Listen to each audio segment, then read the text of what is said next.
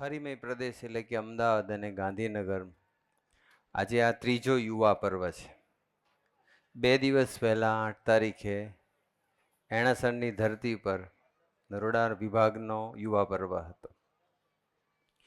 ગઈકાલે વસ્ત્રાલ ડૉક્ટર શ્યામા પ્રસાદ મુખર્જી ઓડિટોરિયમમાં યુવા પર્વ હતો અને આજે આ ત્રીજો આ યુવા પર્વ અહીંયા મિલન ફાર્મની ધરતી પર આપણે મનાવી રહ્યા છીએ. આ યુવા પર્વ કરવા પાછળની ભાવના એટલી છે કે આજનું જે યુવા ધન છે ઇન્ડિયામાં કે ગ્લોબલી, એ કઈ દિશામાં જઈ રહ્યું છે, કેવા પ્રોબ્લેમ ફેસ કરી રહ્યું છે, એનું શું પરફેક્ટ સોલ્યુશન છે, એ સમજવા માટે આજે આપણે આ યુવા પર્વ મનાવી રહ્યા છીએ. અને અત્યારે પાવર પોઈન્ટ પ્રેઝન્ટેશનના માધ્યમથી યુવકોને સત્સંગ કેટલો બધો મદદરૂપ થાય છે, યુવકોના વિવિધ પ્રશ્નોનું સમાધાન સત્સંગથી કેવી રીતે થાય છે, નેગેટિવ યુવક કેવી રીતે પોઝિટિવ થાય છે, યુવક કઈ રીતે પ્રગતિ કરી શકે, એ બધું જ માર્ગદર્શન આપણને સત્સંગમાંથી મળે છે. કઈ રીતે મળે છે એ બેઝડ ઓન ટ્રુ સ્ટોરીઝ, એ આપણે આજે પ્રસંગોનું દર્શન આપણે અત્યારે પ્રેઝન્ટેશનના માધ્યમથી કરીશું. પહેલાં તો પાવર ઓફ સત્સંગની અંદર પહેલાં તો સત્સંગનો મિનિંગ શું છે આપણે એ સમજીએ કે વોટ ઇઝ સત્સંગ, સત્સંગનો ખરેખર અર્થ શું થાય છે. તો આમ જોયા જઈએ તો સત્સંગ ગુજરાતી વર્ડ છે, સત વત્તા સંગ. સત એટલે સારું અથવા સત એટલે સત્ય, સત્યનો અથવા સારાનો સંગ, એનું નામ સત્સંગ. આ એક બેઝિક એની ડેફિનેશન છે.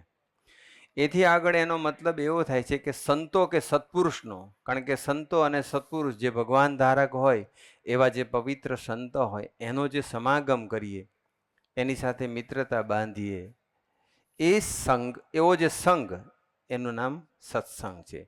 એથી આગળ જે નિયમિત સત્સંગ સભા થતી હોય, અમદાવાદની ધરતી પર વિવિધ વિસ્તારની અંદર 25થી વધુ યુવકોની સભા થાય છે. એ સભાની અંદર લાભ લેવો વીકલી, રેગ્યુલરલી, એનું નામ સત્સંગ કહેવાય. અને સત્સંગનો બીજો એક સ્પિરિચ્યુઅલ અર્થ કરવા જઈએ તો ભગવાનના જે મોટા સંત છે, જે ભગવાન ધારક સંત છે, એવા સંત કહે તેમ કરવું, એનું નામ સત્સંગ છે. હવે બીજો મુદ્દો આપણે એ લઈએ છીએ કે સત્સંગ ખરેખર જરૂરી છે ખરો?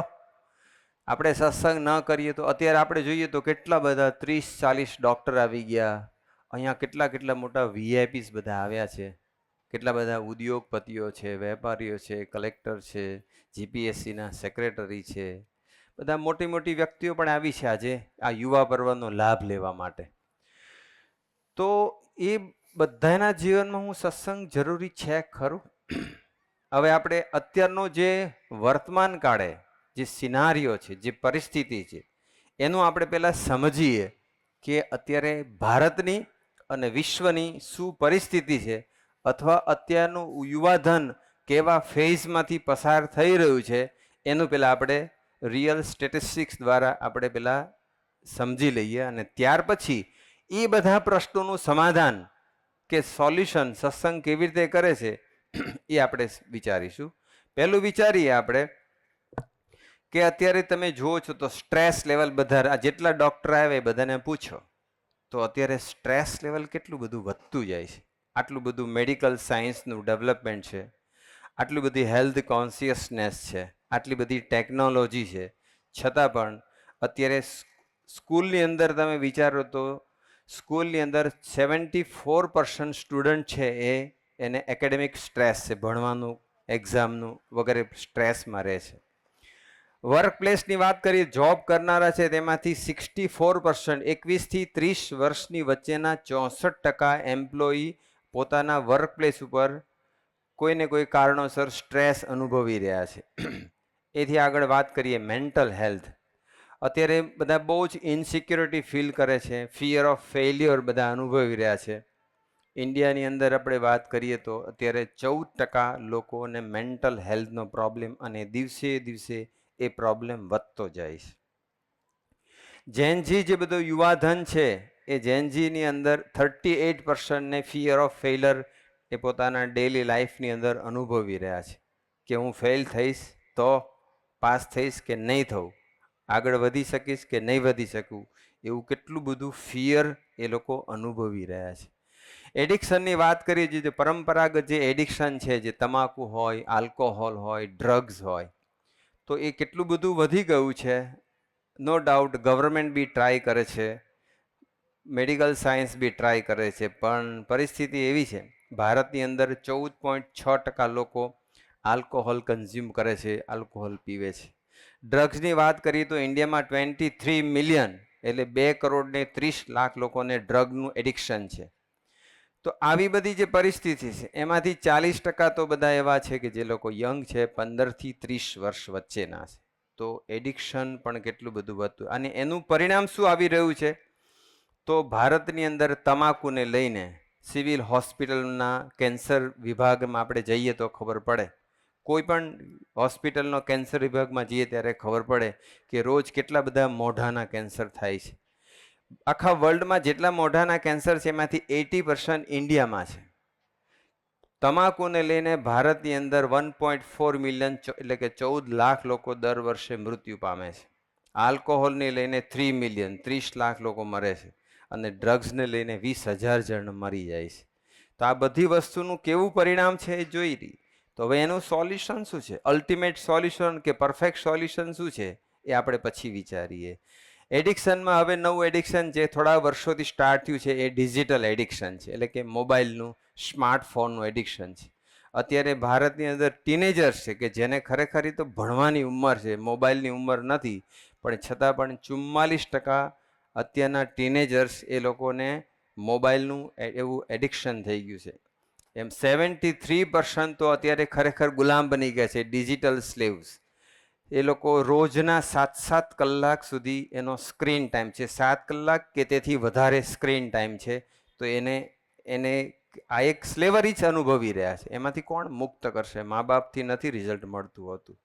અને એના કેવા પરિણામો છે એનું ખાલી એક જ એક્ઝામ્પલ, કે હમણાં થોડા સમય પહેલાં ન્યૂઝમાં હતું કે એક 10 વર્ષની છોકરી જે આખો દિવસ મોબાઈલ યુઝ કરતી હતી, એને લઈને એના બ્રેઇન પર બધું પ્રેશર આવતું હતું, ગેમ્સ રમે, બધી ઇન્સ્ટાગ્રામની રીલ્સ જોવે, યુટ્યુબની શોર્ટ્સ જોવે, એને લઈને એટલું બધું તેને પછી એના બ્રેઇનની અંદર ટ્યુમર આવી ગયું.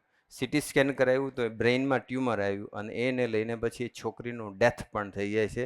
ડૉક્ટરોએ કહી દીધું કે આને ટ્યુમર થયું એનું મુખ્ય કારણ છે too much uses of mobile. તો મોબાઈલનું એક એડિક્શન અત્યારે ગ્લોબલી ખૂબ જ વધી રહ્યું છે. એમાંથી કોણ આપણને મુક્ત કરશે? આ એક પ્રશ્ન છે. અત્યારે હું પ્રશ્ન રજૂ કરું છું, ત્યાર પછી એનું પરફેક્ટ સોલ્યુશન કેવું છે એ હું તમને ટ્રુ સ્ટોરી હું કહીશ. એથી આગળ આપણે વિચાર કરીએ તો સ્વભાવની જે વાત છે, એંગર કે શોર્ટ ટેમ્પર, અત્યારે ભારતની અંદર ગ્લોબલી વાત કરીએ તો 14 થી 21 વર્ષ વચ્ચેના 64% યુવકો એવા છે કે જેનો એંગર કંટ્રોલ નથી રહેતો, અનકન્ટ્રોલ્ડ એંગર છે એનો. તો એનું શું પરિણામ આવે છે એ આપણને ખ્યાલ છે જ. એથી આગળનો મોટો પ્રશ્ન એ છે કે લેક ઓફ ફેમિલી બોન્ડિંગ, જેને હરિપ્રસાદ સ્વામીજીના ટર્મ્સમાં કહીએ તો આત્મીયતાનો અત્યારે અભાવ છે. ખાલી ભારતની વાત કરીએ, ભારતની અંદર હજુ આ પ્રોબ્લેમ બીજા બધા કન્ટ્રી કરતાં ઓછો છે, છતાં પણ ખૂબ સ્પીડથી વધી રહ્યો છે. ભારતમાં 15 મિલિયન એટલે કે 1.5 કરોડ લોકો એવા છે કે જે એકલા રહે છે, અથવા સ્પાઉસ એટલે કે એના વાઈફ સાથે રહે છે, દાદા દાદી, એના દીકરા કે દીકરી સાથે નથી રહેતા. એવા 1.5 કરોડ છે. દીકરા દીકરી હોવા છતાં એમને એકલા રહેવું પડે છે, એવી પરિસ્થિતિ ભારતમાં નિર્માણ થઈ ગઈ છે. 25% એવા છે ભારતની અંદર યુવકો કે જે લોનલીનેસ ફીલ કરી રહ્યા છે. લોનલીનેસ અત્યારે બહુ મોટો ડિઝીઝ થઈ ગયો છે વર્લ્ડ વાઇડ. અમેરિકામાં કેટલા millions of people loneliness feel કરે છે. જર્મનીમાં પણ બહુ મોટું, બર્લિનને તો કેપિટલ ઓફ લોનલીનેસ કહેવામાં આવે છે. તો લોનલીનેસ અત્યારે આખા વર્લ્ડનો એક બહુ મોટો ડિઝીઝ છે. એમાંથી કોણ આપણને મુક્ત કરશે? એથી આગળ વાત કરીએ થોટ્સના વિચારો, ઓવર થિંકિંગ અથવા નેગેટિવ થિંકિંગ. આપણને એવું સાયન્સ કહે છે કે દરરોજ આપણને એવરેજ 60,000 થોટ્સ આવે છે, એમાંથી 75% તો નેગેટિવ જ હોય છે. અને એ નેગેટિવ થોટ્સમાં સ્ટક થઈ જાય છે, અને એને લઈને એની હેલ્થ ઉપર કેટલી બધી અસર થાય છે, અને કેવા કેવા સ્ટેપ લે છે એ આપણને ખબર છે. પણ એવા નેગેટિવ થોટ્સમાંથી બહાર કોણ કાઢશે? પોઝિટિવ થોટ્સ આપશે કોણ? અને નેગેટિવ થોટ્સને ઓવરકમ કરવાનું કે બાયપાસ કરવાનું બળ કોણ આપશે? આ એક મોટો પ્રશ્ન છે. એથી આગળ આપણે વાત કરીએ રિલેશનશિપ પ્રોબ્લેમ્સ. અત્યારે દિવસે દિવસે બ્રેકઅપ વધતા જાય છે, આઇસોલેશન વધતું જાય છે, ડિવોર્સ રેટ વધતું જાય છે. About 55% of breakups globally happen due to communication problem. ખાલી કોમ્યુનિકેશન પ્રોબ્લેમ લઈને અત્યારે 55% બ્રેકઅપ્સ એવરેજ ગ્લોબલી અત્યારે થઈ ગયું છે. ડિવોર્સ પણ અત્યારે દિવસે દિવસે ખૂબ વધતો જાય છે. ભારતની અંદર પણ મેટ્રો એરિયાની અંદર, મેટ્રો સિટીની અંદર 30-40% જેટલો એ ડિવોર્સનો રેટ વધી ગયો છે અને હજુ ખૂબ વધી રહ્યો છે. હવે તો એક કપલ પરમેનન્ટ રહેવું એ ગ્રેસનો વિષય થઈ ગયો છે. એટલે ભારતની પરિસ્થિતિ ખૂબ ખરાબ છે, વર્લ્ડની ખૂબ ખરાબ છે. ઇવન અમદાવાદની વાત કરીએ તો 2 મેના જ આ ન્યૂઝ છે કે પતિ પત્ની વચ્ચે વધી રહેલો સંઘર્ષ. અમદાવાદમાં દર વર્ષે અત્યારે 8,000 કેસ એવા આવી રહ્યા છે કે અત્યારે ઘરેલું હિંસા કે ઘરના ઝઘડા કે એવા પ્રોબ્લેમ્સ. છૂટાછેડાના પણ 10,200 કેસ, ભરણ પોષણ કે ઘરેલું હિંસાના 10,300 કેસ 2 વર્ષની અંદર ફેમિલી કોર્ટમાં આ એનો ડેટા આવેલો છે. તો તમે વિચાર કરો કે કેટલો બધો ફેમિલીના પ્રોબ્લેમ્સ દિવસે દિવસે વધતા જાય છે. અને છેલ્લે વાત કરીએ તો મની માઇન્ડેડનેસ, મટીરિયલિઝમ, મની માઇન્ડેડનેસ, બસ દરેક જણને પૈસો જ કમાવશે અને પૈસા કમાવાની વૃત્તિને ન કમાવો જેવું નથી, પણ એને લઈને અત્યારે 77% ઇન્ડિયાની અંદર લોકો એનું સ્ટ્રેસ ફીલ કરી રહ્યા છે, મની રિલેટેડ સ્ટ્રેસ ફીલ કરી રહ્યા છે. આ બધાનું જો સોલ્યુશન કોઈ હોય, ભારતની અંદર અત્યારે કોઈ પણ કોમ્પ્લેક્સ જોઈએ તો એની અંદર એકાદી હોસ્પિટલ કે ક્લિનિક તો હોય જ છે. અમદાવાદની અંદર હજારો હોસ્પિટલ છે, હજારો ક્લિનિક, હજારો ડૉક્ટરો છે અને પાછા જેનિયસ ડૉક્ટરો છે. અને અત્યારનું મેડિકલ સાયન્સ પણ કેટલું બધું ડેવલપ થઈ રહ્યું છે, કેટલા કેટલા સારા બધે ઇક્વિપમેન્ટ્સ કે મશીનરી એ શોધાઈ રહી છે, છતાં પણ પ્રોબ્લેમ્સ વધતા જાય છે. તો એનું સોલ્યુશન શું છે? એનું પરફેક્ટ જો કોઈ સોલ્યુશન હોય ને તો એ સત્સંગ છે. હવે એ સત્સંગ કેવી રીતે છે એ તમને હું એક્ઝામ્પલ દ્વારા, આગલા જે બધા પ્રોબ્લેમ છે એવા પ્રોબ્લેમમાં જે ફેસ કરી રહેનારા યુવકો અને આજે પ્રોબ્લેમમાંથી કેવી રીતે એ યુવકો આજે અહીં બધા હાજર જ છે, એમાંના અમુક થોડાક પ્રસંગો તમારી સાથે શેર કરીશ. પહેલો પ્રસંગ તમને કહું, હું દિવ્યેશ વઘાસિયા કરીને એક દીકરો છે. એ દીકરો મૂળ અમરેલી બાજુનો છે, સૌરાષ્ટ્રનો. એને BSc કેમેસ્ટ્રી કર્યું અને પછી જોબ માટે, ત્યાં તો બધી જોબની ઓપોર્ચ્યુનિટી ઓછી, એટલે એ દીકરો જોબ માટે પછી વડોદરા આવે છે. વડોદરાની અંદર એક કેમિકલ ફેક્ટરીની અંદર એને કંઈક જોબ લાગી, એના ફિલ્ડની જોબ લાગી જાય છે. 18,000નો પગાર હોય છે.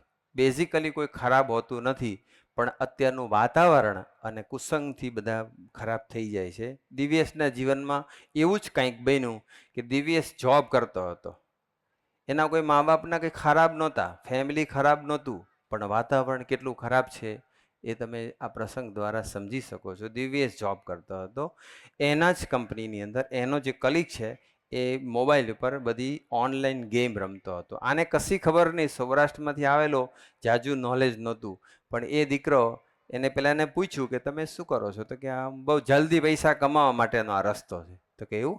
હવે આને હજુ સ્ટાર્ટિંગ હતું, 18,000નો પગાર હતો, એટલે 18,000 તો એટલા કંઈ પૂરતા ના કહેવાય. પણ એને થયું કે ચાલો ને, પછી એને કીધું કે એમ આનાથી વધારે સ્પીડી કમાવા મળે? તો કે હા. પછી એ સમજાવે છે અને રમે છે. અને જોગાનો જોગ બન્યું એવું કે એને 5,000 રૂપિયા મૂક્યા અને એમાંથી એને 50,000 મળી ગયા. એટલે એને થયું કે આ તો મારા 18,000 અને મને 1 મિનિટની અંદર 50,000 મળી ગયા, આ તો બહુ સારું કહેવાય. એટલે રમવાનું ચાલુ કર્યું, તો રમતો જાય, મૂકતો જાય, પછી તો એવું થાય કે પછી હારે બી ખરો. તો એને થાય હું ભલે ને હાર્યો, પાછો મળશે. એને લઈને એને આખું એક એડિક્શન થઈ ગયું ઓનલાઈન ગેમિંગનું. અને એ એડિક્શન એ કક્ષાનું વધી ગયું કે 18,000નો જે પગાર આવે એ બધો મૂકી દે. અને પછી જમવા માટે પૈસા ના રહે, 500 રૂપિયા પછી એના ભાઈબંધને કે મને જમવા માટે પૈસા ને, એટલે ભાઈબંધ પાસેથી 500 રૂપિયા માગે. 500 રૂપિયા જેવા આવે ને તો પાછું એને વિચાર શું આવે કે ચલો જમી લઉં, એવું વિચાર ના આવે. ચાલો 500 મૂકું, ડબલ કરી લઉં પછી જમીશ. અને 500 મૂકે એટલે 500 જાય. પછી બીજા પાસેથી લે, એ બી જાય. પછી તો એના ફાધર અમરેલી બાજુ, તો એના પાસેથી પૈસા માગે. એના ફાધર કે તું કમાય છે ને, પણ તો બી ત્યાંથી કારણ કંઈ પણ બહાના બતાવીને મગાવે. આ બાજુ એના ફાધરનું દેવું વધતું જાય, આ બાજુ આનું વધતું જાય.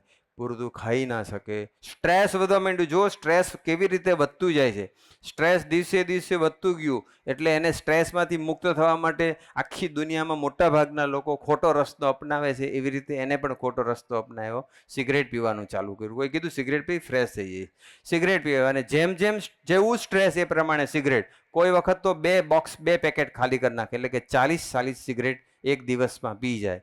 આટલી બધી કરુણ હાલત એની થઈ ગઈ. પછી તો એ બધું ઓનલાઈન પછી ન જોવાનું, બધા ઇન્ટરનેટ પર બધું ખરાબ જોવાની પણ એને આદત પડી ગઈ. એટલે દિવસે દિવસે ખાઈમાં ઉતરવા માંડ્યો હતો, સ્ટ્રેસ લેવલ વધી ગયું હતું. એનો ભાઈ અહીંયા પ્રિયાંક વઘાસિયા અમદાવાદમાં આપણા સત્સંગમાં એ કહે છે કે તું વડોદરા તે છોડી અને અહીંયા આવી જાય, પણ એ ના આવે. અને પરિસ્થિતિ પછી એવી થઈ ગઈ કે એનું સ્ટ્રેસ એક કક્ષાએ વધી ગયું, ડિપ્રેશનમાં જવા માંડ્યો, અને છેલ્લે તો સુસાઇડલ થોટ્સ ચાલુ થઈ ગયા કે મારે મરી જવું પડશે, હવે મેં બહુ બધું દેવું કરી નાખ્યું. અને પણ ભગવાને પાછો એક વિચાર એવો આપ્યો કે હવે મરી જવું એની કરતાં ભાઈ બોલાવે છે તો કદાચ મને ભાઈ મદદરૂપ થશે. અને પછી વડોદરાથી પછી અમદાવાદ આવે છે. અમદાવાદની અંદર પછી એને પ્રિશિતભાઈ ને બધા કાર્યકર્તાઓનો જોગ થાય છે. પ્રિશિતભાઈ કે તું ચિંતા ના કરીશ, આપણે તારી જોબનું કોઈ પણ રીતે સેટ કરી દઈશ. અને સંજોગોનાધીન MR તરીકે એને જોબ મળે છે, સારી જોબ મળે છે. પેલી 18,000 હતી, અહીંયા એને 36,000ની જોબ મળે, ડબલ મળે છે. અને પછી એનો બ્રધર ને અહીંના કાર્યકર્તાઓ, અઠવાડિક સભા, સંતોનો યોગ, એમ કરતાં કરતાં બધું એડિક્શન છૂટી ગયું. કારણ કે અહીંયા એને કોઈ ઓપોર્ચ્યુનિટી રહી નહીં. વાતાવરણ બદલાઈ ગયું, ગ્રુપ બદલાઈ ગયું, કંપની બદલાઈ ગઈ, સત્સંગના શબ્દો પડવા માંડ્યા, સંતોનો યોગ થઈ ગયો, એ કક્ષાનું પોઝિટિવ થઈ ગયું કે આજે એ યુવક ખૂબ સરસનું જીવન જીવી રહ્યો છે. નથી એ ઓનલાઈન ગેમ રમતો, નથી એ સિગરેટ પીતો, નથી એને કોઈ વ્યસન, ડબલ એની સેલરી થઈ ગઈ છે અને સ્ટ્રેસ ફ્રી જીવન જીવી રહ્યો છે. દિવ્યેશ વઘાસિયા એ યુવક અત્યારે આપણી વચ્ચે જ અહીંયા હાજર છે. દિવ્યેશભાઈને જો નજીક હોય તો પ્રાર્થના કરી કે સ્ટેજ ઉપર આવે અને બધાને દર્શન આપે. દિવ્યેશભાઈ વઘાસિયા, ગુરુ હરિના દર્શન કરી આશીર્વાદ લઈ લો. એની કેવી અત્યારે એને કોઈ એડિક્શન નથી. ઇન્ટરનેટ પણ બધું આડોડું જોવાની ટેવ હતી, એમાંથી મુક્ત થઈ ગયો, એડિક્શનમાંથી મુક્ત થઈ ગયો, બેડ કંપનીમાંથી મુક્ત થઈ ગયો, બેડ થોટ્સમાંથી મુક્ત થઈ ગયો અને સરસ જોબ કરી અને એક આદર્શ યુવક તરીકે જીવી અને અત્યારે કાર્યકર્તા તરીકે સેવામાં નિમિત્ત બની રહ્યો છે. ખૂબ ખૂબ ધન્યવાદ. દિવ્યેશભાઈ અમદાવાદ આવી ગયા. આગળ બીજો પ્રસંગ વિચાર કરીએ આપણે. સત્સંગના પ્રતાપથી કેવું રિઝલ્ટ મળતું હોય છે. એક ગૌતમ પ્રજાપતિ કરીને એક યુવક છે. પોતે ને ફાઉન્ડેશન CAનું ક્લિયર કર્યું, પછી ઇન્ટરમીડિયેટ સ્ટાર્ટ કર્યું. ફર્સ્ટ ગ્રુપ હતું, એકાઉન્ટ, લો અને ટેક્સેશન ત્રણેયમાં પેપર આવે. અને જાન્યુઆરી 2025માં એને સ્ટાર્ટ કર્યું. બન્યું એવું કે પરિસ્થિતિ એવી હતી કે એને ગોલ બ્લેડરમાં કંઈક સ્ટોન આવ્યો અને ગોલ બ્લેડરનું ઓપરેશન કરવું પડ્યું. એને લઈને એ એક્ઝામમાં તૈયારી ન કરી શક્યો. બીજી બાજુ એ જે ફેમિલીમાંથી આવતો હતો એ ફેમિલી ખૂબ ગરીબ, એના ફાધર શાકભાજીની દુકાનમાં નોકરી કરે એટલે કોઈ એવી આવક નહોતી. બીજું ફેમિલીની અંદર પણ ઇશ્યુઝ, મધર, સિસ્ટર, ફાધર, ઘરના ઝઘડા, એટલે એનું એને સ્ટ્રેસ બી હતું. એક બાજુ ગોલ બ્લેડર, એક બાજુ ફેમિલી, એટલે એ ફોકસ થઈને સ્ટડી નહોતો કરી શકતો. આજે ઘણા બધા વિદ્યાર્થીઓનો આ પ્રોબ્લેમ છે, ફોકસ નથી કરી શકતા. પછી સંજોગોને આધીન માર્ચ મહિનાની અંદર એના મિત્ર દ્વારા એ સત્સંગના યોગ, મનન સોની ડાકોરનો દીકરો, એના લોકો સત્સંગના યોગમાં આવે છે અને પછી સંતોને બી મળવાનું થાય છે. હવે પેલી એક્ઝામ માર્ચની અંદર એક્ઝામ હતી, એક્ઝામ આપી, બહુ સ્ટ્રેસના હિસાબે બધું એક્ઝામ તો ખરાબ ગઈ, ડેફિનેટલી ખરાબ થઈ. અને એકાઉન્ટનું પેપર પહેલું જ હતું એ બહુ ખરાબ ગયું, એને ખ્યાલ આવી ગયો. આમ છોકરો ભણવામાં હોશિયાર હતો, અપ ટુ 12th કોલેજ સુધી તો એનું રિઝલ્ટ સારું આવતું હતું અને બધા એના મિત્રો એને કહેતા કે તું તો હોશિયાર છે, તું તો પાસ થઈ જવાનો છે. પણ આને ખબર, ઘરના પ્રોબ્લેમ, પોતાનો હેલ્થનો પ્રોબ્લેમ, ફાઇનાન્શિયલ સ્ટેટસ, આ બધાને લઈને એની એક્ઝામ ખરાબ ગઈ.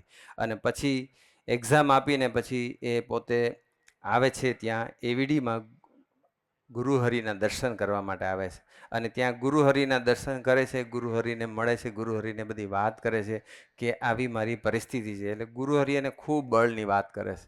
ગુરુહરિ કે આપણે કોઈ ચિંતા કરવાની જરૂર નથી, આપણે ભજન કરવાનું. એને કીધું કે મારા મિત્રો બધું આવું વિચારે છે, એને થોડુંક હોય કે મારા મિત્રો આવું વિચારે છે, હું ફેલ થઈશ તો ગુરુહરિ એને બળની વાત આપે. ગુરુહરિ પછી એ કહે છે કે મારાથી બધું એક્ઝામમાં બ્લેન્ક થવાય છે, તો કે કોઈ ચિંતા નહીં કરવાની, બ્લેન્ક થઈ જવાય તો આપણે ભગવાનનું ભજન કરવાનું, ભગવાન આપણી સાથે રહેશે.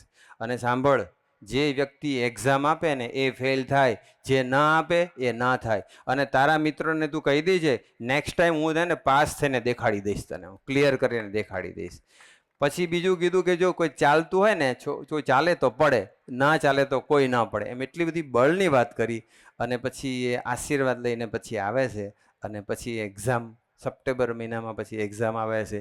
અને એ એક્ઝામની અંદર એમાં તે વખતે લોનું પેપર અત્યાર સુધીની સીએની બધી એક્ઝામમાં ખૂબ ટફ હતું, છતાં પણ ગુરુહરિના આશીર્વાદથી, છતાં પણ જ્યારે વાંચવા બેસો ત્યારે પાછું સ્ટ્રેસ આવવા માંડ્યું, જાત જાતના વિચારો આવવા માંડ્યા. એટલે સંતો પાસે આવેલ. સંતો એવું કહે છે કે જો સાંભળ, આપણે એ કક્ષાનો વાંચવા માંડીએ, આપણે એ કક્ષાનો અભ્યાસ કરીએ કે વિચારોને ચાન્સ જ ના મળે. પછી બીજું સંતોએ કીધું કે જો તારા પપ્પા વર્ષોથી શાકભાજીની દુકાનમાં નોકરી કરે છે, શું તારે આખી જિંદગી એને દુકાનમાં નોકરી કરાવી છે?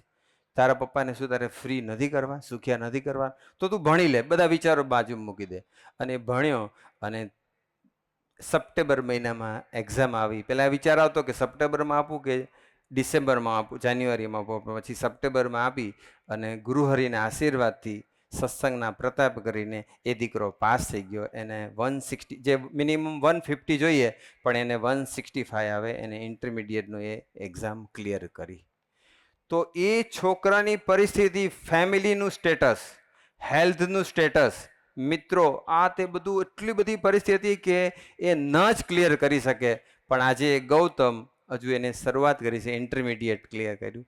તો એ દીકરો આજે થઈ ગયો. આજે એને એટલું બધું ગૌરવ છે કે જો હું આ સત્સંગમાં ના આવ્યો હોત તો હું ક્યાં હોત ને ક્યાં અટકી ગયો હોત, ખબર ન પડે. એ ગૌતમભાઈ પ્રજાપતિ પણ એ નદી પારનો જ યુવક છે. ગૌતમભાઈને બી આપણે પ્રાર્થના કરીએ કે અહીંયા હોય તો એ પણ ગુરુહરિના આશીર્વાદ લેવા આવે, કે ઇન્ટરમીડિયેટ બી જલ્દી ક્લિયર થઈ જાય અને પછી ફાઇનલ બી ક્લિયર થઈ જાય. તો જો હોય તો ગૌતમભાઈ, ગુરુહરિના આ ગૌતમભાઈ આવી રહ્યા છે, તો એ બી આશીર્વાદ લેવા આવે. આ બધા તમને હું કહું છું, એ બધા ટ્રુ સ્ટોરી છે, બધા રિયલ પ્રસંગો છે. અને આ બધા સત્સંગના પ્રતાપ કરીને તમે જુઓ યુવકોના જીવનમાં કેટલું બધું ટ્રાન્સફોર્મેશન થાય છે, એકેડેમિક પણ કેટલો બધો પ્રોગ્રેસ કરે છે, સંસ્કારો પણ કેટલા સારા મળે છે. એથી આગળની વાત કરીએ, અમારા યુવક રાજેશભાઈ, જે અત્યારે વડોદરાની અંદર બહુ સારી પોસ્ટ ઉપર જોબ કરે છે. અને જ્યારે અમદાવાદમાં હતા ત્યારની વાત છે, થોડા વર્ષો પહેલાંની. ભક્તિપ્રિય સ્વામી ત્યારે અહીંયા અમદાવાદની સેવા કરતા હતા, પ્રાદેશિક સંત હતા. અને રાજેશભાઈ જે કંપનીમાં જોબ કરતા હતા, જો હવે ઓફિસમાં પણ કેવા કેવા પ્રોબ્લેમ્સ બધા આવતા હોય છે. સત્સંગ કોઈ પણ એંગલથી આપણને કામ થશે. કોઈ પણ એની સોર્ટ ઓફ પ્રોબ્લેમ તમારો હશે ને એને સોલ્વ કરી આપશે. હવે રાજેશભાઈ કંપનીમાં જોબ કરતા હતા, એનું પરફોર્મન્સ ખૂબ સારું હતું, બોસ સાથેના રિલેશન પણ ખૂબ સારા હતા. અને એના બોસ માટેનો એક ગમતો માનીતો એ એમ્પ્લોયી હતો. અને સંજોગોના આધીન એક સેક્રેટરીની પોસ્ટ માટેનું બધું ઇન્ટરવ્યૂ લેવાનું હોય છે, એમાં ફિમેલ હોય એટલે એના માટેના બધા કેન્ડિડેટ હોય, એમાંથી એનું ઇન્ટરવ્યૂ લેવાનું. અને પણ હવે એ બોસ લેવાના હતા એના, પણ સંજોગોના આધીને બોસ તે વખતે બહાર હતા. જે વખતે ઇન્ટરવ્યૂની ડેટ સિલેક્ટ ફાઇનલ થઈ હતી એ જ વખતે એને પરિસ્થિતિના આધીને બહાર જવાનું. તો હવે ઇન્ટરવ્યૂ કોણ લે? પણ એ બધું જ સેક્રેટરી તરીકેનું જેનું સિલેક્શન કરવાનું હતું, ઇન્ટરવ્યૂ લેવાનું હતું, એની જવાબદારી પછી એના બોસે રાજેશભાઈને આપી. હવે યંગ દીકરીઓ, 17 દીકરીઓ, જિંદગીમાં કોઈ દિવસે એવું ઇન્ટરવ્યૂ લીધું નથી, અને દીકરીઓ સાથે, અને બધાનું 1 to 1 કરવાનું, એટલે એક ઓફિસની અંદર એકલા મળવાનું, બધું ઇન્ટરવ્યૂ લેવા માટે. આવી પરિસ્થિતિમાં એ રાજેશભાઈ સત્સંગી યુવાન હતા, સભા ભરતા હતા, કાર્યકર્તા, અમરીશ.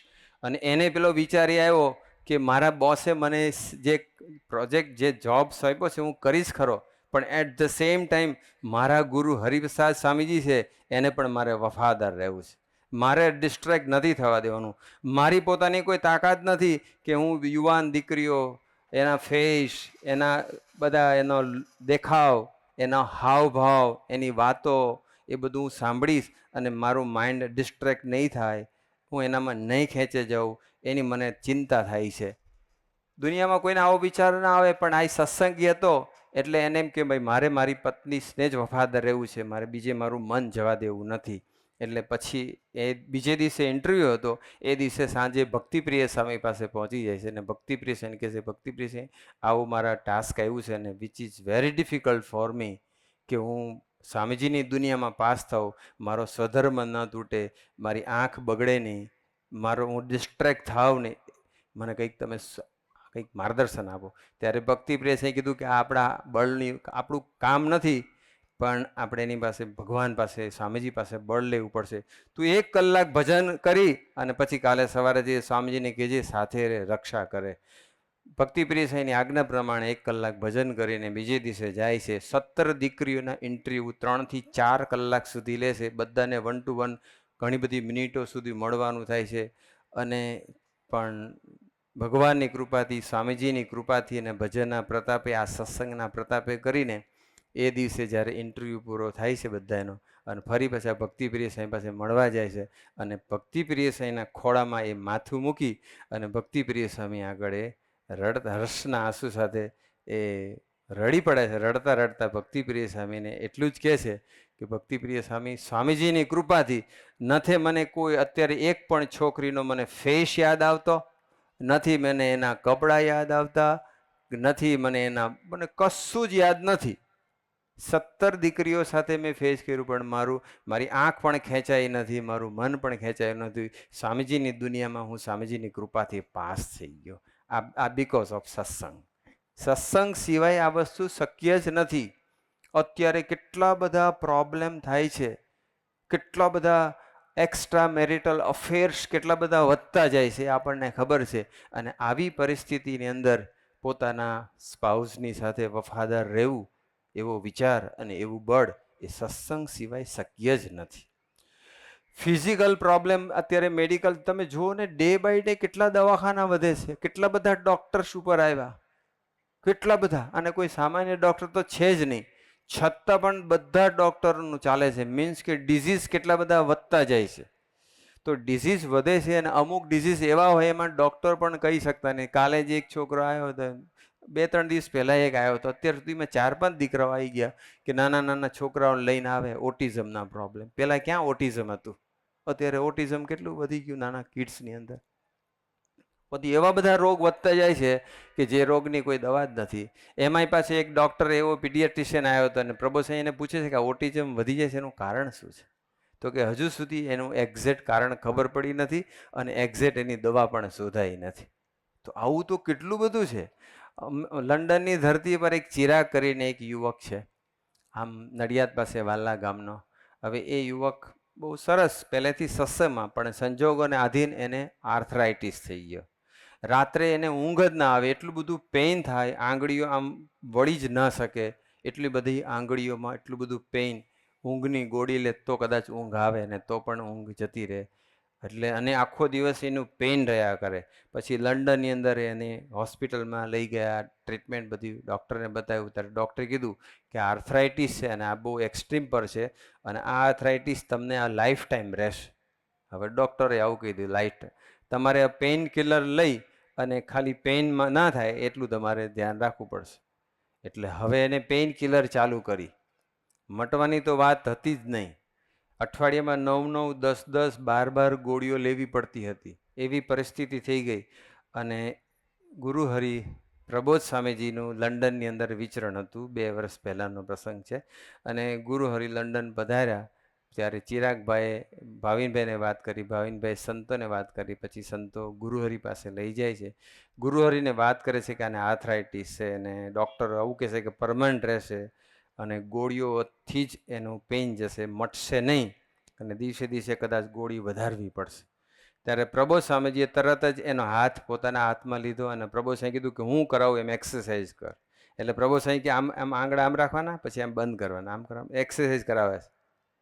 જાણે પોતે ફિઝિયોથેરાપિસ્ટ હોય એ પ્રમાણે પછી એક્સરસાઇઝ કરાવે છે. ગુરુહરિ કે 10-10 મિનિટ તારે કર્યા કરો, 10-10 વખત કરવાનું, સવાર બપોર સાંજ.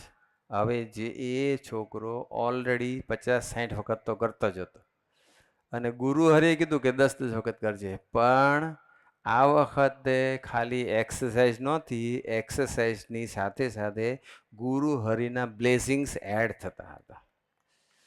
અને યુ વોન્ટ બિલીવ, ખાલી થોડાક જ દિવસ, એને તો ખાલી 2-3 દિવસ કર્યું, એમાં તો કેટલું બધું પેઇન રિલીફ થઈ ગયું. અને 2 મહિનાની એક્સરસાઇઝ પછી એની ગોળી બંધ થઈ ગઈ, પેઇન ગાયબ થઈ ગયું. આજે એ ચિરાગ વાલાને મળો તો એને ખબર જ નથી કે મને આર્થરાઇટિસ હતો, મટી ગયો આર્થરાઇટિસ. એટલે જ્યાં મેડિકલ સાયન્સ કામ ના કરે ને ત્યાં પછી સ્પિરિચ્યુઅલ સાયન્સ કામ કરે, ત્યાં ભગવાન ધારક સંત કરે. પ્રબોધ સ્વામીજી એ ભગવાન ધારક સંત છે. હરિપ્રસાદ સ્વામીજીનું એ મૂર્તિમાન સ્વરૂપ છે. ભગવાન સ્વામિનારાયણને હરિપ્રસાદ સ્વામીને સાંગો પાંગ રાખીને ફરે છે. જે કાર્ય હરિપ્રસાદ સ્વામીજી કરતા હતા, જે અનેક હજારો યુવકોને સુખ્યા કર્યા, એવી રીતે આજે ગુરુ હરિ પ્રબોધ સ્વામીજી પણ હજારોને સુખ્યા કરી રહ્યા છે. આવા તો અસંખ્ય પ્રસંગ છે, પણ આપણે આજે થોડાક જ પ્રસંગ કહીશું. આપણે એમનો લાભ લેવો છે. આત્મીયતાની વાત કરી, આજે પરિવારની અંદર આત્મીયતા, મેં હમણાં વાત કરી એમ ફેમિલી બોન્ડિંગ નથી, ફેમિલીમાં ઇસ્યુ, હસબન્ડ વાઈફના પ્રોબ્લેમ, આજે જ એક પ્રશ્ન આવ્યો સાસુ વહુના ઝઘડા, એટલું બધું ચાલે છે ફેમિલીની અંદર. અને એ આત્મીયતા, એકબીજાને મદદરૂપ થવાની બહાર, સુખ દુઃખના ભાગીદાર થવું, એ વાત હરિપ્રસાદ સ્વામીજીએ ખૂબ કરી. કોઈ આત્મીય બને કે ન બને, સમાજની અંદર સત્સંગની અંદર એટલી બધી આત્મીયતા પ્રગટાવી દીધી. એ આત્મીયતાનું દર્શન ભગવાન સ્વામિનારાયણના વખતથી થતું આવ્યું છે. એક વખત ભગવાન સ્વામિનારાયણ અગતરાય પર્વતભાઈને ત્યાં હતા, અને પર્વતભાઈને ત્યાં બધું થોડોક સમયો કર્યો, બધું આનંદ કર્યો, અને પછી ભગવાન સ્વામિનારાયણ પછી ગરડા પાછા આવવાના હતા, અને ગરડાની અંદર સમય હતો. ત્યારે મયારામ ભટ્ટ પણ ત્યાં આવેલા હતા. એટલે મહારાજે મયારામ ભટ્ટને કહ્યું કે મયારામ ભટ્ટ, તમે હવે ગરડા આવો લાભ લેવા. ત્યારે મયારામ ભટ્ટ કીધું, મયારામ ભટ્ટ માણાવદરના, મયારામ ભટ્ટે કીધું કે મહારાજ, અત્યારે બાજરી પાકી ગઈ છે, હવે લણની ટાણું આવી ગયું છે, લણવો પડશે. જો હું અત્યારે નહીં લણું અને હું ગરડા આવીશ ને થોડા દિવસો પછી જો આવીશ ને તો બાજરી પછી બગડી જશે. મને આવવામાં વાંધો નથી, પણ અત્યારે લણવાનો ટાઈમ થઈ ગયો છે, તો કંઈક પતી જાય પછી આવું. પણ ત્યારે તો સમય હતો. એટલે મહારાજે કીધું તમારે બાજરો લણવાનો છે. જો આત્મીયતાના સંસ્કારો, આત્મીયતાની વાતો એટલે નથી, પણ આત્મીયતાનું દર્શન ભગવાન સ્વામિનારાયણના વખતથી થતું આવ્યું છે. આજે તો આત્મીયતા ખૂબ પ્રસરી છે. એ આત્મીયતાના પ્રસંગો જાજા નહીં, પણ અત્યારે આ એક પ્રસંગ વિચારીએ કે ભગવાન સ્વામિનારાયણે કહી દીધું મયારામ ભટ્ટને કે આપણે બધા લણી કાઢીએ તો અમે ભેગા મળીને જ, તમારો બાજરો લણે છે તો કે વાંધો છે, તો કે ના, તો હું આવીશ. તો મહારાજ પછી જાય છે એમના ખેતરે, વાડીએ જાય છે, અને મહારાજ ગુણાતીતાનંદ સ્વામી, સંતો, પાળા, કાઠી દરબારો, જે ભક્તો હતા એ બધા જાય છે. 30થી 40 દાતરડા મગાવ્યા, અને બધા જ ઇન્ક્લુડિંગ ભગવાન સ્વામિનારાયણ અને ગુણાતીતાનંદ સ્વામી બંને, જ્યારે આ પ્રસંગની વાત નીકળે છે ને જાગા સ્વામી ગુણાતીતાનંદ સ્વામી પૂછે છે કે ત્યારે મહારાજે દાતરડું હાથમાં લીધું હતું, તો કે મહારાજે લીધું હતું અને મૂળ અક્ષરે પણ દાતરડું હાથમાં લીધું હતું. પણ મહારાજ ગુણાતીતાનંદ સ્વામી, બધા સંતો, પાર્ષદો, દરબારો બધા મંડી પડ્યા. તો જોત જોતામાં આખું જ ખેતરની જેટલી બાજરી હતી બધી લણી કાઢી, અને પછી મયારામ ભટ્ટ. તો એ આત્મીયતાનું દર્શન જે ભગવાન સ્વામિનારાયણ કરાવ્યું છે, સંતોએ કરાવ્યું, એના એ જ સંસ્કાર, એની એ જ પરંપરા આજે ચાલી આવી છે. આજે હરિપ્રબોધમ પરિવારની અંદર એવું આત્મીયતાનું અદ્ભુત દર્શન થઈ રહ્યું છે. એ આત્મીયતા સત્સંગ સિવાય શક્ય નથી. આજે ઘર 4 સભ્યો હોય તો આત્મીયતા નથી રહેતી. તો હવે આગળના બીજા પ્રશ્ન, 2 પ્રસંગ નાનકડા કહીને મારી સેવા પૂરી કરીશ. કતાર ગામનો એક યુવક સભા ભરે સુરતમાં. હવે સભા ભરતો હતો. હવે બન્યું એવું કે એના ફાધર, એના કાકા, બધા જોઈન્ટ ફેમિલી હતું. સંજોગોના આધીન એના ફાધર ધામમાં ગયા. એના ફાધર, યુવક સત્સંગ કરતો હતો, એના ફાધર, કાકા સત્સંગ નહોતા કરતા. એટલે કાકાને કોઈ એવું, પણ અત્યારે તમે જુઓ છે હળાહળ કળિયુગ ચાલી રહ્યો છે, ક્યારે કોની મતિ બદલાઈ જાય એનો આપણને ખ્યાલ નથી.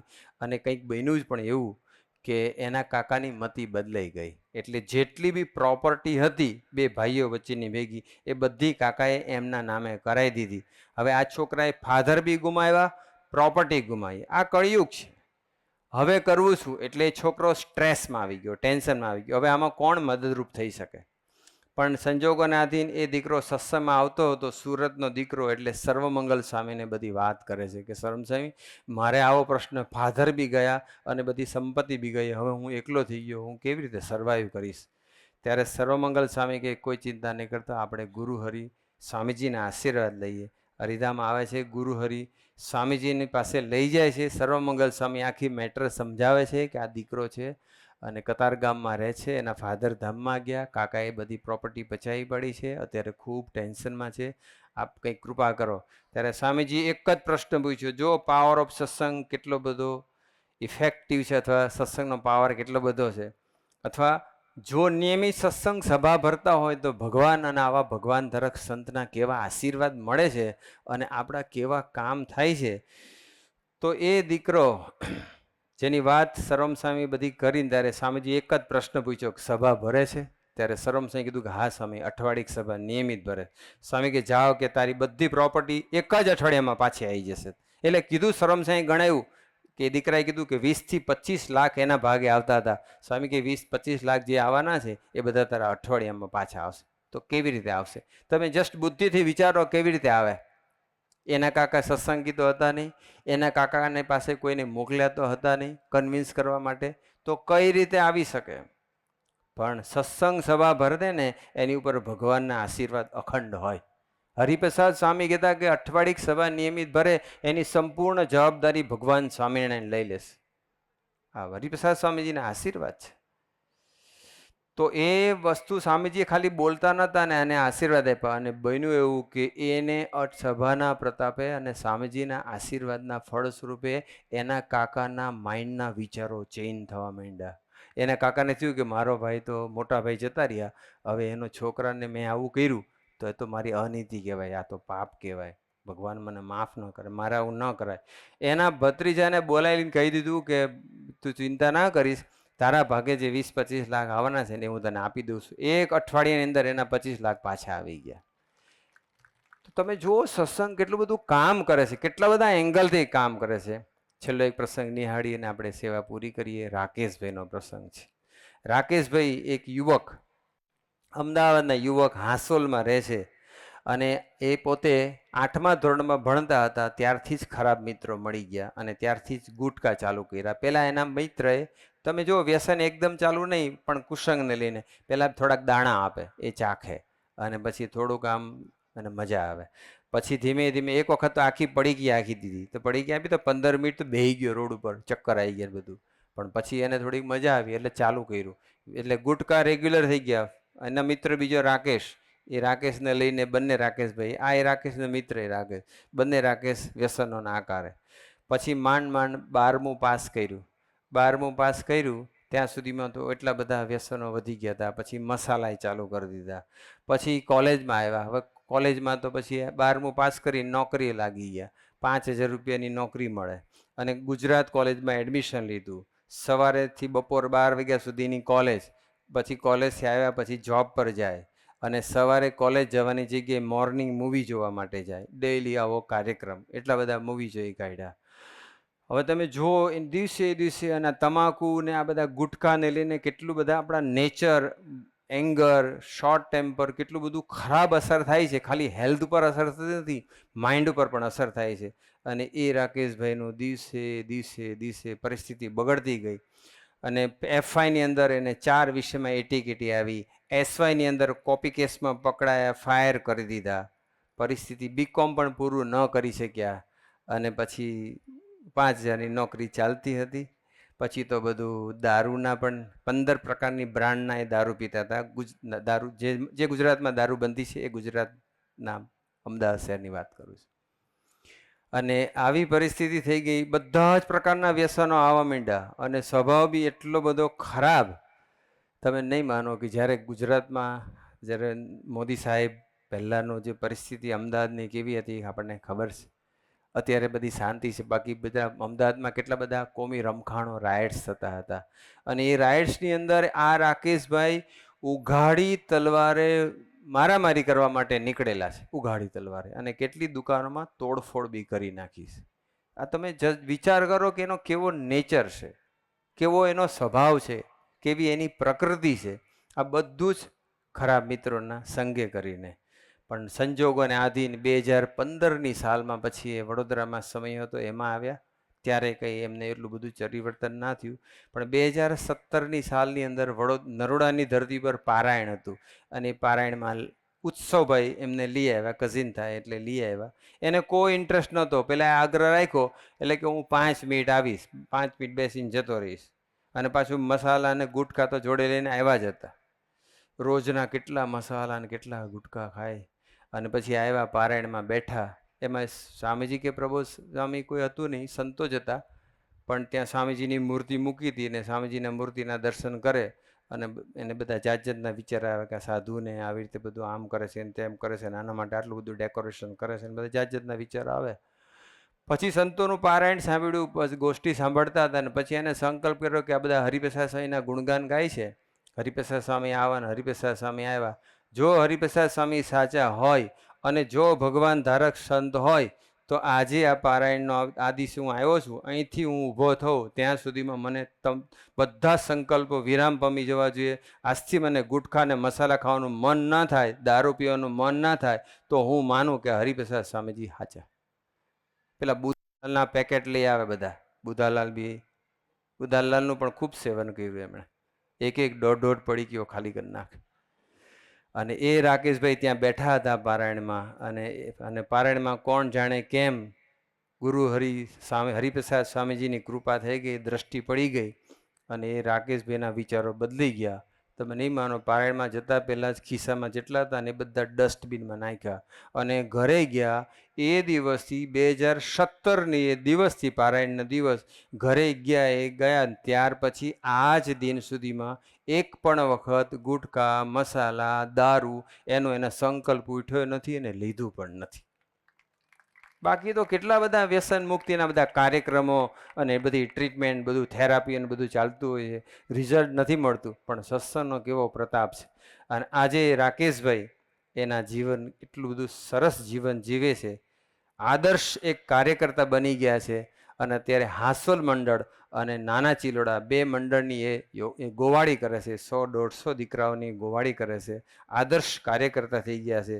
અને એ રાકેશભાઈ પોતે તો સત્સંગી થયા, અંબરીશ થયા, પણ સાથે સાથે પેલા જે રાકેશ એનો મિત્ર હતો એને સત્સંગમાં લઈ આવ્યા, અને એ રાકેશભાઈ પણ કાર્યકર્તા થઈ ગયા, એ પણ અંબરીશ થઈ ગયા, અને બંને અત્યારે સભામાં બેઠા છે. એનું કારણ ગુરુ હરિના આશીર્વાદ, હરિપ્રસાદ સ્વામીજીના આશીર્વાદ, આ સત્સંગનો પ્રતાપ. તો રાકેશભાઈ પણ જો અહીંયા હોય તો રાકેશભાઈને બી પ્રાર્થના કરીએ કે ગુરુ હરિ પ્રબોધ સ્વામીજીના આશીર્વાદ લેવા માટે આવે, કે આ સત્સંગથી રાકેશભાઈના જીવનમાં કેવું પરિવર્તન થયું. આ રાકેશભાઈ આવી રહ્યા છે. તો આજના શુભ દિવસે આપણે ઠાકોરજીના ચરણોમાં અને પ્રબોધ સ્વામીજીના ચરણોમાં એટલી જ પ્રાર્થના કરવી છે કે પ્રબોધ સ્વામીજી, અમે બધા આજે તો આ યુવા પર્વમાં અમને આમંત્રણ મળ્યું, સંતો કે કાર્યકર્તાઓ તરફથી અમને આમંત્રણ મળ્યું, આજે તો અમે સત્સંગ કર્યો, પણ આ સત્સંગ જો નિયમિત કરીએ ને તો એનું કેવું પરિણામ મળે છે એ આજના પ્રેઝન્ટેશનના માધ્યમથી ખ્યાલ આવ્યો. તો અમને એવા આશીર્વાદ આપો કે અમે જો કદાચ ઘરે હોઈએ, ગુરુ હરિ પ્રબોધ સ્વામી સમજાવે કે દિવસ, અઠવાડિયાના દિવસ કેટલા, તો કે 7, રોજના કલાક કેટલા, તો કે 24, અઠવાડિયાના કેટલા કલાક થાય, તો કે 168. એમાંથી તમે 1 કલાક સત્સંગ માટે કાઢો તો શું નુકસાન જાય. અને જે વ્યક્તિ સત્સંગ સભામાં ના આવતી હોય અને જોબ પરથી આવ્યા અને ડિનર લીધા પછી શું કરતી હશે, એ તો તમે બધા જ તમારી જાતને પૂછી લો. ટીવી, મોબાઈલ, કે પછી IPL કે જે હોય. તો આપણે ઘરે બેસીને એટલો બધો સમય બગાડી છે. તો સ્વામીજી એવું કહેતા હતા કે અઠવાડિક સભા એ ફિલ્ટર છે, અને અઠવાડિક સભા ભરીએ તો આપણા આ અઠવાડિયા દરમિયાન જે બી કચરો આંખ, કાન, જીભ દ્વારા પંચ જ્ઞાનેન્દ્ર જે આત્મા ઉપર પડ્યો હોય એ અશુદ્ધિ બધી નીકળી જાય, પવિત્ર થઈ જવાય. આટલા બધા સત્સંગનો પાવર છે, સત્સંગનો પ્રતાપ છે. તો આજના શુભ દિવસે ગુરુહરિના ચરણોમાં પ્રાર્થના. આજે તો અમે સત્સંગ સભામાં આવ્યા, પણ અમે નિયમિત અઠવાડિક સભા ભરી અમે ખરેખર તન, મન, ધન અને આત્માથી સર્વાંગી સુખી થઈએ, અમારા પરિવારને પણ સુખી કરીએ, અમે આત્મીયતાથી જીવન જીવી શકીએ. એ માટે અમને અઠવાડિક સભા નિયમિત ભરવાનું અને સંતોને એવા કાર્યકર્તા સાથે દોસ્તી રાખવાનું. ખૂબ ખૂબ બળબુદ્ધિને શક્તિ આપો, એ જ પ્રાર્થના. સજાનંદ સ્વામી મહારાજની જય.